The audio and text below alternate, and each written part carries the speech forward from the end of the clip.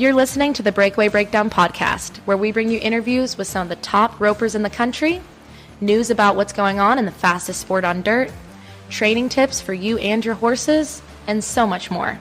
I'm your host, Casey Allen. Let's jump in. Today is November 11th, 2022, which means it is Veterans Day here in the United States. And before we do anything else, we want to make sure we offer our heartfelt thanks to the men and women who have served our country. And we wish you a happy Veterans Day. Now, why am I saying we? Well, today we're going to be joined by a few special guests in our first ever joint podcast between the Breakaway Breakdown and The Score, which is by the Team Roping Journal. It's a great podcast if you haven't had a chance to check it out. So today, if you're a longtime listener of The Score, you may have heard Gabby Schiavino pop in a few times. She is the senior managing editor of the Team Roping Journal and the Breakaway Roping Journal, and she usually likes to stay in the shadows, but she's pretty great at what she does. So I cannot wait for you guys to hear this episode with Gabby as a co-host. We will be interviewing Travis and Jessica Beck. As you hear, we have unofficially dubbed Travis and Jessica the power couple of the Professional Armed Forces Rodeo Association. Travis and Jessica are both veterans of the United States military. Travis's time was committed to the Air Force, while Jessica served with the Navy, and both have a fantastic history with rodeo and roping. These days, in addition to their own professional rodeo pursuits, they're also sincerely committed to helping organizations like the Professional Armed Forces Rodeo Association, Charly Crawford's American Military Celebration, and Warriors in Rodeo to ensure that men and women like them have the opportunity to discover the unequivocal camaraderie found at military rodeo events. In this episode, you're going to hear about what it's like rodeoing overseas, how this power couple met. Did we mention they're both multi-year PAFRA all-around champs? And all they're hoping to achieve in the 2023 rodeo season, and why it is so important for them to be involved in the shared missions of these organizations. So, without further ado, let's jump right in and hear from Gabby, Travis, and Jessica.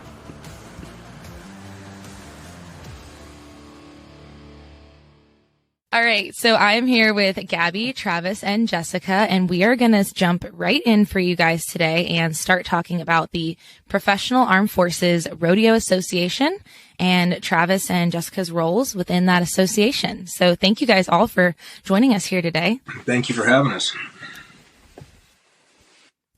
So how are you guys associated with the Professional Armed Forces Rodeo Association, and what do you guys kind of do behind the scenes there and in the arena? So I personally have been part of the PAFRA Association since 2002. The association started in 2000.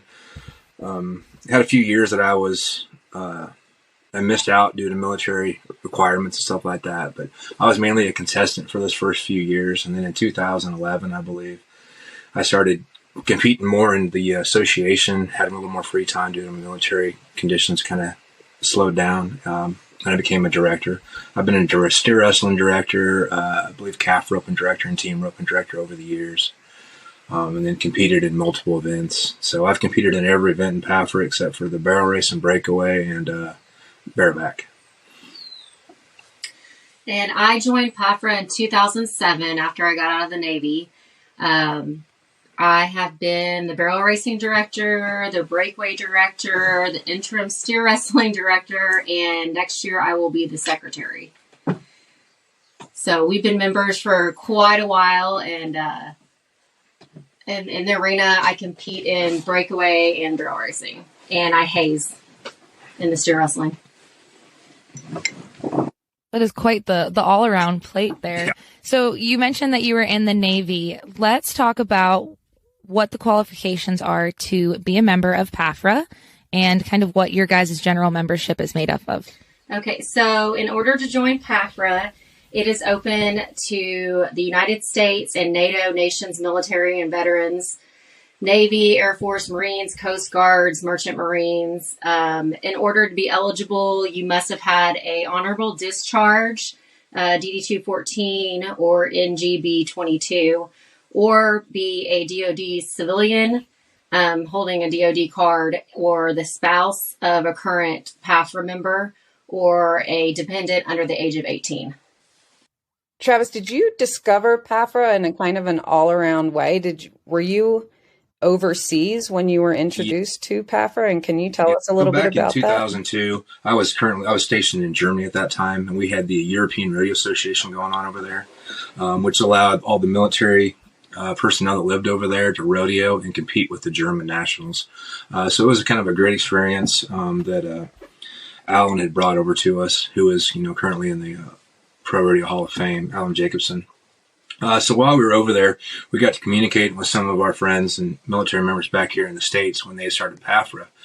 And that's why we have the NATO clause in there that allows NATO personnel to come join PAFRA, because in 2002, when we were over there, we brought a bunch of Germans, soldiers back with us. They, competed with us in Germany. We brought them back to the U.S. to compete in PAFRA for the first time in 2002 in Bandera, Texas. So we brought a whole crowd of people with us when we came and showed up. We were probably a third of the population that showed up for that rodeo that year. So it was a really great international experience for everybody. And it allowed me to get back into my ways of rodeoing, because I hadn't rodeoed in the past, I guess, 5 or 6 years prior to that. So. But you both grew up in rodeo. Right. Is that right? Yeah. So when I joined the military, I'd been rodeoing, and I chose to go back to the military versus going to college. So it was a tough choice, but you got to pay the bills. So yeah, Travis and Jessica, if you don't mind, can you tell us a little bit about where you grew up and how rodeo has played a role, and and if we can get into how rodeo fit into the military career just a little bit more. I'm super interested in hearing about that. So I grew up in central Nebraska, mainly the North Platte, Lexington area. Grew up on a ranch. So all you knew at my age, a young age, was how to ride horses and feed cows and check cows. And it got really cold in the winter. Hence why I live in Oklahoma now. So grew up traveling, going to all the junior high rodeos, high school rodeos. I got to go to nationals in high school 3 times as a bulldogger. And then at the end of high school, I had the choice of going to college and rodeoing for South Dakota State or going to the military. And I chose the military because I was running low on funds at the time. It seemed like the best option for me, and maybe a chance for me to grow up a little more. So did the military. And you went into the Air Force. I don't know if we've said that, right? I went to the Air Force active duty. And then after graduating tech school, my first duty station was in Japan. So I went to Japan for a couple of years. Then I got stationed in Germany. That was my follow-on. So there's about 4, maybe almost 5 years before I got to go back into rodeo and witness it. And within the first 3 months of being in Germany, I ran into one of the guys I worked with, and he told me about this rodeo association in Europe. And it went from there. So every weekend we got to drive to different parts of Germany, France, Austria, Belgium, all over the country, and get to go rodeo and see different parts of the world. It was a pretty amazing event. So and we had good commanders and good leaders that let us go do it. So it was pretty awesome. I know Ramstein is still a huge part of the rodeo scene down there. And so is, I can't remember the Army bases down there. But anyway, so yeah, we did that. Then I left Germany. I came back to the States. I tried to stay with rodeo, but military requirements weren't allowing it. Too much work. And then in 2010, I had the chance to get back. I was that time I was stationed in Washington State over in Spokane at Fairchild, and I had a chance to get back into rodeo, and I could buy land. I had a few horses, and it really took back off for me and allowed me to rodeo. So I got to rodeo in the associations up there in Washington, and then come back to PAFRA once a year. So we continued on through that. Retired in 2017, and still competing PAFRA. We tried to go get our good horses going and go back to the pro levels again. So we've been to some of the pro shows. Still trying to get to the circuit finals in the Prairie Circuit, but as most of you know, it's a pretty tough circuit, but we keep trying. So met up with a lot of good friends that I used to high school rodeo with and rodeo against, so it's kind of great. It's the best thing about rodeo is you get to go meet all your old friends you haven't seen in forever, and it's always a camaraderie. So, Travis, can you explain maybe a little bit, maybe paint a picture of what European rodeo looks like compared to American rodeo? So European rodeo, what a good time. So we were all young and crazy at the time, of course, but so Alan Jacobs had done a deal with the MWR at the military base down there in Germany, and they helped fund his project. So he gathered a bunch of bucking bulls and some horses and team roping horses and stuff, and he traveled across the country, you know, putting these rodeos on at different German towns. So you'd show up, and they're like kind of like the PBR, the old PBR. They'd drop a bunch of panels out, set up an arena, buck and shoots. Horses would come in the next day, and then all of a sudden there'd be an arena in the middle of a field. And then they'd put a big fence around the outside, and they'd charge admission, and you'd walk into this rodeo arena and have a great time. And just outside of the rodeo arena, it was like you'd see like a German fest anywhere. There was tents would pop up, beer tents, food tents, vendors. I mean, it was like a carnival in a way, and we were the main attraction, but it was a good time. So, but the crazy thing about Europe is they only had 4 roping horses and 3 barrel horses, and they did a draw. So every contestant rode the same horses for the team roping. The barrel races ran the same horses. So you didn't bring your own. You rode whatever the stock contractor provided to you. So that was kind of a unique. Oh my God. You definitely had to be a horseman and a cowboy at the same time. So. And so, okay, so Jessica, you rodeoed growing up also. Yes. Can you kind of tell us a little bit about that and how it fit or didn't fit into your military career? So I grew up in North Texas and on a Longhorn cattle ranch, actually. And my parents, they didn't rodeo or anything. They kind of were more into the cutting horse side of things. But growing up, I kind of decided I did a little bit of that, but I really wanted to do the rodeo thing more. So growing up, we went up through, you know, Pee Wee, junior high, North Texas Region 3 ranks, and then through high school rodeo. And after high school, I decided to join the Navy in order to pay for college and everything. So then I went off and I was stationed in San Diego on the USS Tarawa for most of my enlistment. And we were deployed most of the time. So I didn't really get to rodeo at all when I was living in San Diego, due to we were basically at sea 90% of the time.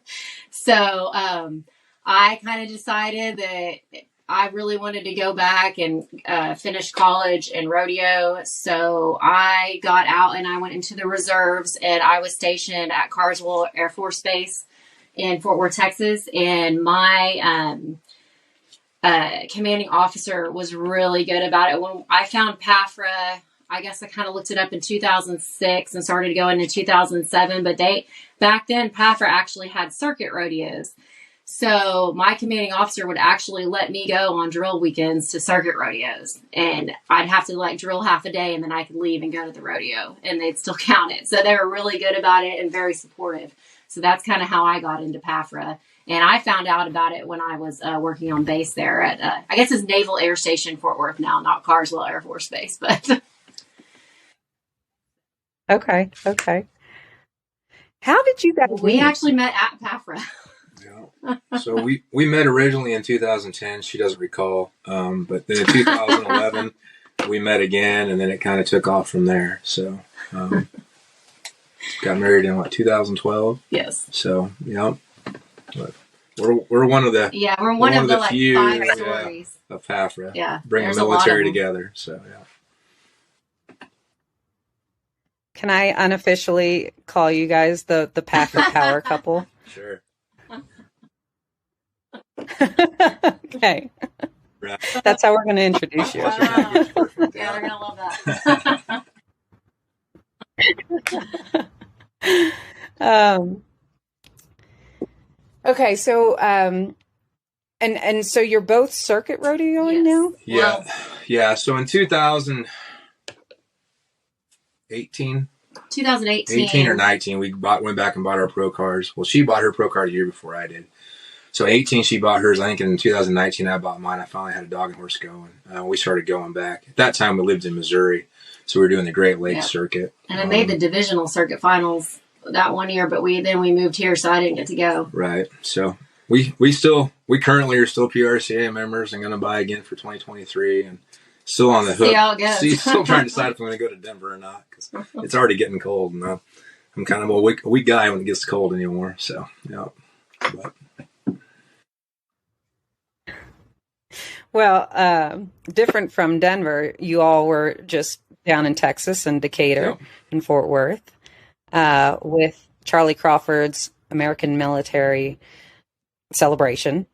Travis, I think I read somewhere or maybe heard in another interview that you've been with them since it started in the backyard. How did that So Charly, about? I've known Charly for a while when he was rodeoing up north and lived in Oregon. So Charly and Jackie Crawford started this organization to help, a way to help pay back, the military vets, because his dad was a vet. So they started out just inviting some local military cowboys to come down, and it worked out great because it was his previous deal used to be like the weekend before PAFRA was. So all these guys would come down, hang out at Charly and Jackie's for a couple days and get tuned up, and then they go to PAFRA. So it worked out really good. Since then, in 2015, it's blown up. I mean, we had a whole week long of clinics and rope-ins. We had 170 some military members roping in a military roping on Friday. So that just tells you how big it is. It started out with no jackpots. Now there's 170 entries in the first roping. So it's huge. And every year we've restricted it. So every year we're bringing in new members to the clinic. So, I mean, our little pack that was, 20 or 30 of us it's huge. I mean, I forget people's names now because there's so many of us showing up, and we meet new people every year, and it's amazing. I mean, this year we brought in a kid out of California, so we've reached out. I mean, the circle keeps growing and growing, so it's amazing what Charly and Jackie have done for us.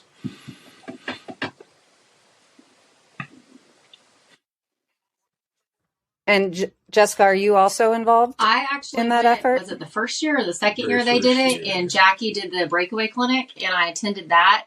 But they've just been doing team roping since then. So they've got me talked into trying to team rope next year, but I have not. They haven't got me talked into it yet. She's on the list for the clinic next year. So I went this year and met up with them the last day, or the last 2 days. But we'll see. They got me talked into it for next year, I guess. But Charly's deal has been a really great avenue for the PAFRA Association and the MRCA and WAR. The last couple of years we've had WAR there as a booth to kind of promote it, and we keep talking about PAFRA, and it works out great because we just got finished up with the PAFRA rodeo and an MRCA rodeo prior to showing up at the AMC, and then at the end of AMC this year, on Saturday after Charly had his NFR roping at Cowtown, we did a MRCA rodeo in conjunction with Cowtown. So I mean, it's growing. We're going hand in hand, and it's becoming a great success for everybody, I believe. That's awesome. And you've mentioned WAR, and for everybody listening, that's Warriors in Rodeo,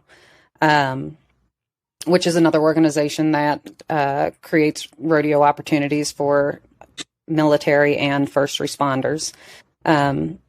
And can y'all tell us a little bit about your involvement there as well? Has been around, man, I can't even tell you. It's been quite a while. And it started out as mainly a way to help the rough stock riders out, because of funds, getting everybody started. And then it advanced to where we're putting on clinics for the bull riders and the roughies and the team ropers and calf ropers and barrel racers. So it's grown quite a ways. And it's had some hiccups and ups and downs because everybody's still got a career. It's a non-profit like everything else, but it's still there to help the military guys out in any way they can. I know where they do some hunts and everything else. So WAR is a great program. Just if you just want to get in and get to understanding what rodeo is about and the connection, it's a great place to start. That kind of brings up a question that I had. You all are involved in all of these nonprofit events as competitors, but also in leadership roles. And, I interviewed the team roping directors for PAFRA a few weeks ago. So Corby and Connie, right? And it's a lot of hours. It's a lot of hours and a lot of work. And what keeps you so involved and so motivated to help from so many angles and within so many organizations? For me personally, it's the camaraderie. If we didn't have places we could go get together and do stuff, who knows what we'd be doing. We've all got different stories that unfortunately have a lot of the same outcomes, that nobody wants to really talk about, especially when you're not talking to one of your fellow brothers or sisters that have, been through it. So this is a kind of a way we can all get together, do something we love or have an interest in. And, so to be a part of it and help it out any way we can, that's kind of our goal. So. I agree. Just nods her head, yep. I agree. What? I have nothing to add. Right.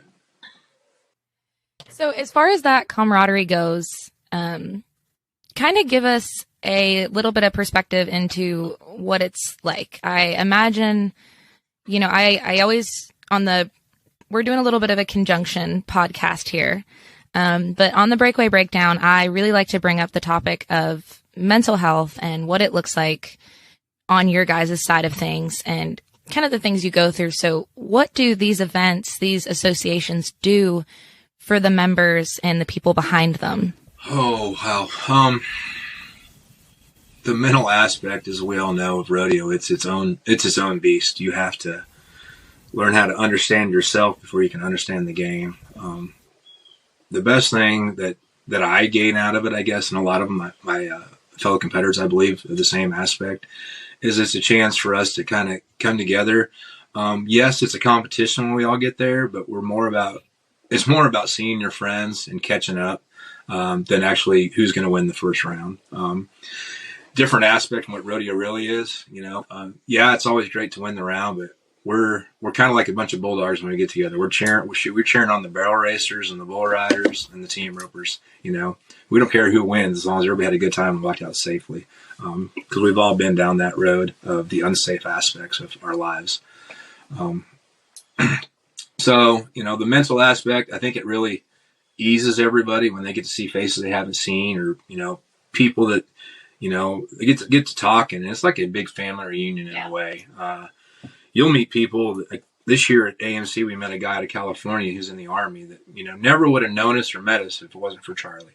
But he melted right in the group. He's been through some of the same stuff we've all been through and dealt with through the military. So he had a really great time. And I'll be very shocked if he doesn't bring 10 guys from California back with him next year, and maybe even come to PAFRA and the other associations. So, it's an amazing way to connect and, kind of take the stress off of your past history, you might be carrying around. And we cannot see these guys for a year, and you get back together and it's just like nobody missed a day, basically. So it's really nice. This special Veterans Day episode is brought to you by Equinity. All year long, Equinity has been helping us tell the stories of the ropers who serve our country. Equinity is proud to honor our veterans, and today we thank those who we've profiled and the rest of the men and women of the armed forces. As ropers, we spend a lot of time preparing our horses to meet the demands that we will place upon them. We integrate a good conditioning regimen, properly fitting gear, and quality veterinary and farrier care to our programs. Many of us also keep our horses on regular schedule with a chiropractor and massage therapist, and we eagerly invest in the latest products to enhance our horses' comfort and well-being. But sometimes we overlook one of the most important pieces of their health, their nutrition.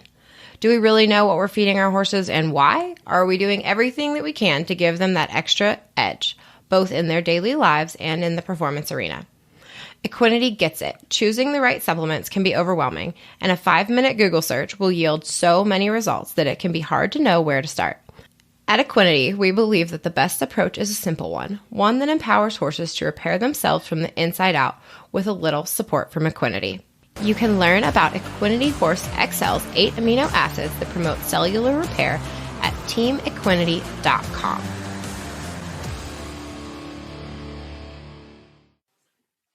That's awesome. And then, Jessica, you mentioned maybe working with Jackie for the breakaway. Are you going to work with Jackie for your team roping at all, since she's been cracking back out a little bit? She's going to be there at all, but we'll see.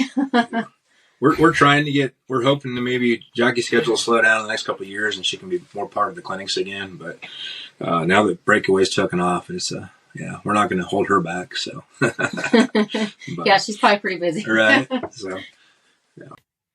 I gotcha. How does breakaway fit into that? Is it like an equal slated event, or are you guys facing some of the same struggles with committees getting equal money, It's etc.? equal. Well, and when it comes to PAFRA, it's the added money is equal across the board. Yeah. So for Breakaway, Breakaway's always been an event for the women in the association. Last year we opened it up to high school kids, what age? 14 and under, to allow them to grow, and for the young kids, kind of like some of the amateur rodeos do, to help their association grow a little bit and get more members involved in Breakaway. We restricted the men from the Breakaway just because it's one of them levels that they have CAFRA open. So, but then in the other military association, they allow men and women to Breakaway. So, and then in MRCA, we have no gender restrictions in events. So the Military Rodeo Cowboys Association, MRCA, is open to everybody who is currently serving or has retired on a positive note, good conduct. So in that association, men can break away as well. So it's a different playing field every rodeo you go to, kind of like in the PRCA. You never know what you're going to get into, but it's going to be tough, or it could be your day. You never know. So. And so I think I came across a website. I don't know if it's still current. Are you all in the training business? Or what do you do outside of when you're not rodeoing? But I have not what are you doing? When they're not serving on 8 different boards. Right. In all your free time. We do train horses on the side. Well, I do it on the side. She does it for a living. She specializes in barrel horses, starting young ones and then, fixing some other issues. I specialize in the breakaway and the team roping horses. So bulldog and every once in a while, but I try to stay away from those because there's some guys that are way better at it than I am. So, but we do the training still. We usually have 2 or 3 horses at the house all the time. So looking back, how do you feel about your decision to go that military route instead of the college rodeo route? Like you said, you kind of had that choice earlier. Yes, I still would have went to the military. I still would have stayed probably the whole time. Was it tough? Yes, but everything we do in life is tough at one point. I think the military it's a great avenue for a lot of people that are undecisive. So I fully recommend it and support the decision. As far as upcoming goals for yourselves personally and for the associations that you're involved with, what are you guys kind of doing in the upcoming months? What's your schedule going to be like, and how do your goals fit into kind of what you're doing in the future? So I guess for next year, we're going to kind of focus on hitting some circuit rodeos personally for us and just see how the beginning of the season goes and if we stick with it or not. When it comes to the military associations, the MRCA is actually going to have a bunch of circuit rodeos next year, so we'll probably be traveling for those as well. And we're putting on one actually at the house in March, or down the road in Pauls Valley. So we're going to be pretty busy between the different associations. And then, of course, at the end of the year will be PAFRA, which we're helping out on the board with that to get everything ready to promote that as well. And as for me, my current goal is really to try to make the circuit finals for Prairie Circuit and the Bulldogging for 2023, which is going to make it a really tight year because we got, as she said, we're doing an MRCA rodeo that we're putting on at the end of March. We just announced yesterday that PAFRA is going to move to Clovis, New Mexico in October for some finals.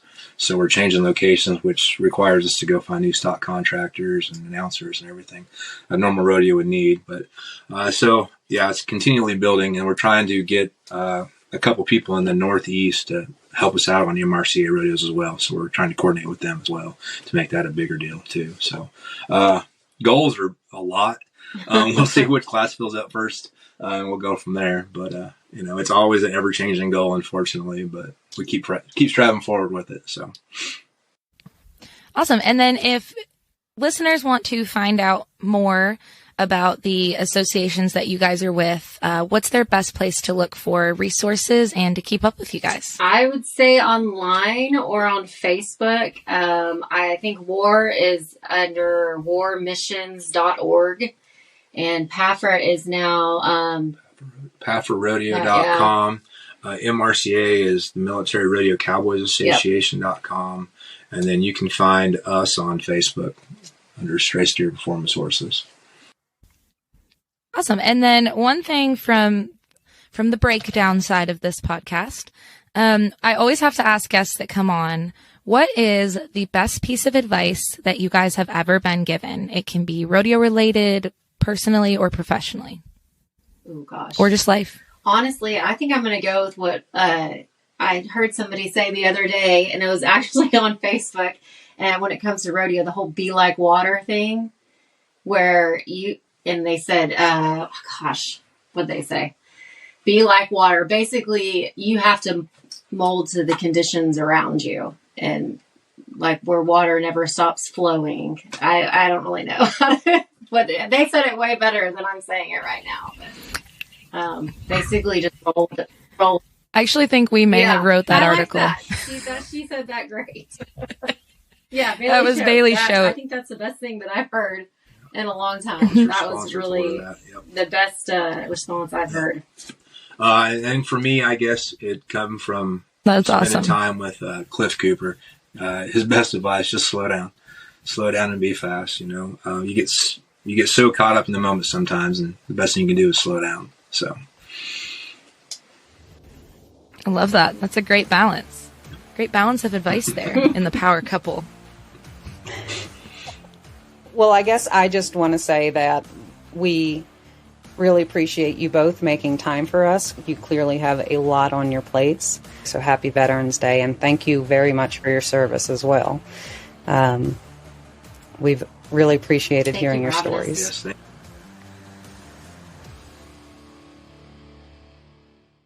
Today's episode was brought to you by Equinity. For more information, visit teamequinity.com. And for more stories of ropers who serve, visit teamropingjournal.com or look at your latest issue of the magazine. Equinity also sponsored the free live stream of the Danny Dietz Memorial Roping from NRS in Decatur, Texas last Memorial Day. And you can watch that whole event with the best ropers in the country, plus a special documentary on the Navy SEAL Danny Dietz and the Foundation over at roping.com.